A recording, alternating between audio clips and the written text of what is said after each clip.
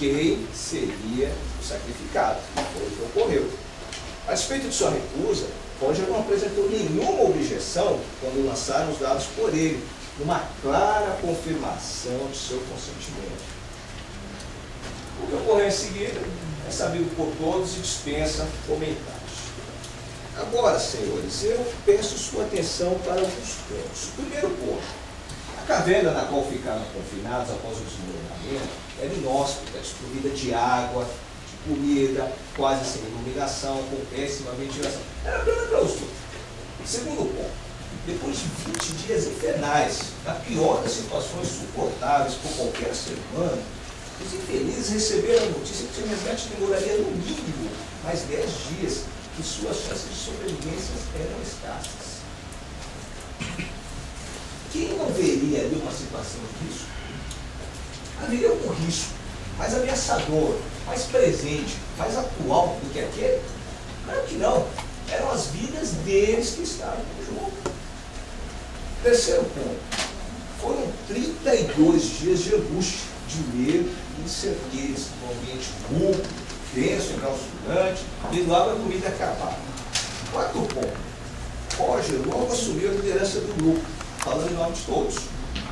Foi como líder que obteve a resposta sobre as chances de sobrevivência se alimentasse de carne humana. E foi também como líder que recebeu o silêncio das autoridades do lado de fora da caverna. Essa era a sua única chance de sobrevivência. Quinto ponto: Roger consentiu uma ideia a ser praticada, e isso ficou evidente quando ele usou de sua liderança para convencer os demais. Senhores, ninguém consegue convencer os outros se não decidir sua própria ideia. Sexto e último ponto: os fatos mostram que Roger não foi vítima da ação desses homens. Não foi.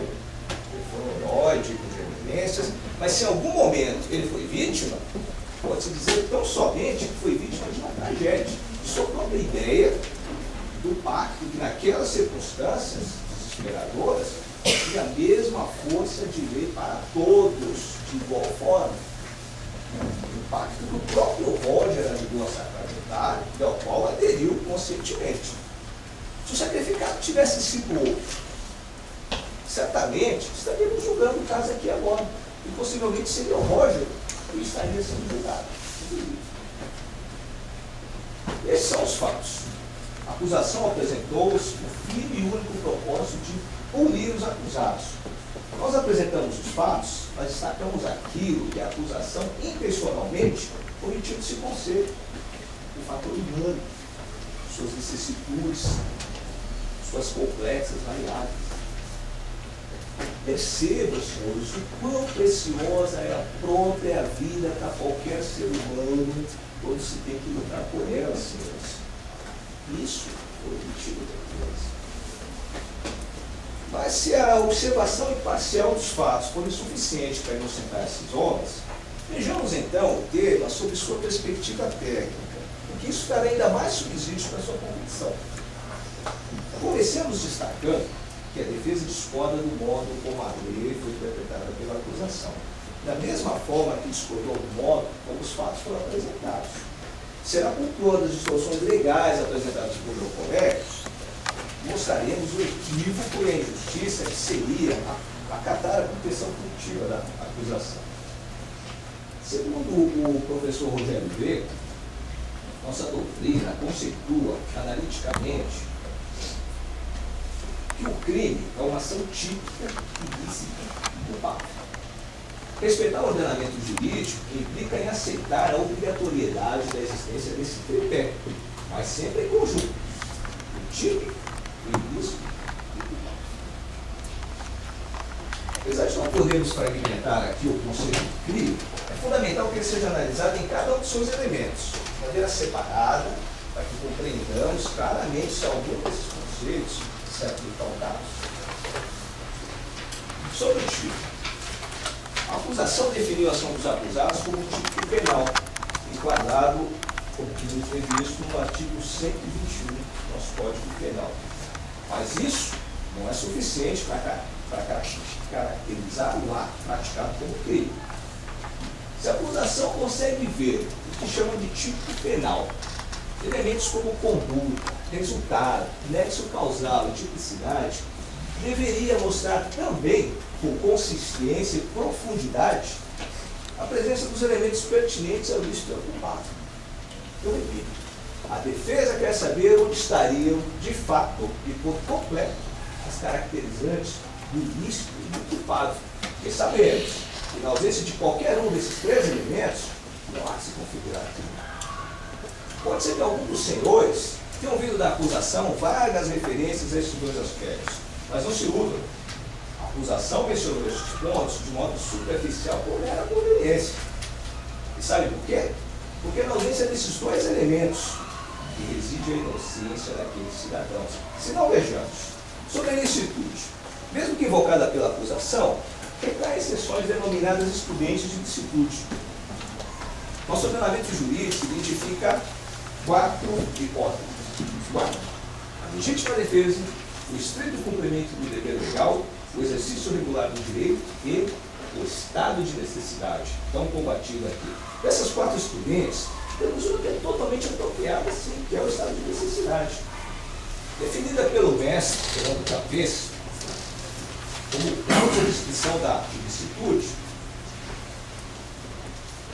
causa da exclusão da ilicitude da conduta de quem, não tendo o dever legal de enfrentar uma situação de perigo atual, a qual não provocou por sua vontade, sacrifica um bem jurídico ameaçado por este perigo para salvar outro, próprio ou alheio, cuja perda não era razoável exigir. No estado de necessidade, existem 2 ou mais bens jurídicos postos em perigo, de modo que a preservação de um depende da destruição do outro. Como a gente não criou a situação de ameaça, pode escolher, dentro de critério de razoabilidade, ditado pelo senso comum, qual deve sacrificar. Lembra-se dos pontos que mencionei? Uma casa inóspita, 20 dias de angústia e tantas notícias como isso? Aqui não cabe nenhuma polêmica. Resta evidente que os acusados agiram sim em estado de necessidade. Por quê? Não tinham o dever legal de enfrentar a situação de perigo. Aquele perigo era um perigo atual. Todos já se encontravam em quase estado de demissão, à beira da inconsciência. Era preciso fazer algo. Aquela situação de perigo não foi provocada por estes homens. O que ocorreu foi uma fatalidade, como inevitável, força maior. Era preciso sim sacrificar o bem jurídico, utilizando critérios de razoabilidade. Nesse caso, é razoável sim, e por mais importante que seja na vida, seja necessário sacrificar em favor de outras 4. Por mais chocante e pavorosa que possa ser essa afirmação, mas ela é racional. Como aguardar, a exemplo do que alegou a acusação, pelo socorro, pelo simples fato de saber que havia um socorro lá fora? Eu pergunto para qualquer um dos senhores, inclusive para os membros da acusação, depois de 20 dias, sem comida, sem água, qual deles aguardaria por mais 10 dias pela simples expectativa de que vinha um socorro? E se o socorro não viesse? Houve um desmoronamento que matou 10 operários durante as operações de resgate. Poderia haver tantos outros. Esse é o ponto. Existe uma outra excludente de ilicitude que não foi mencionada pela acusação, que é denominada como supralegal e que tem sido adotada nos nossos tribunais. Quando propôs o plano da sobrevivência do grupo, quando propôs o método a ser aplicado para a escolha do certificado, quando não questionou a correção do orçamento dos dados que escolheu, é evidente que o Roger consentiu a decisão do grupo. Lembre-se dos pontos importantes que mencionei lá atrás. A liderança de Roger, seu consentimento, o pacto formalizado entre todos eles. Por esses motivos, percebe-se que não ficou caracterizada a ilicitude do ato desses homens, porque ela se encaixa sim em 2 excludentes: estado de necessidade e consentimento do ofendido. Eu prosseguiria abordando um outro ponto distorcido pela acusação: a culpabilidade. Mais uma vez, recorremos ao mestre Fernando Cabeça para defini-la como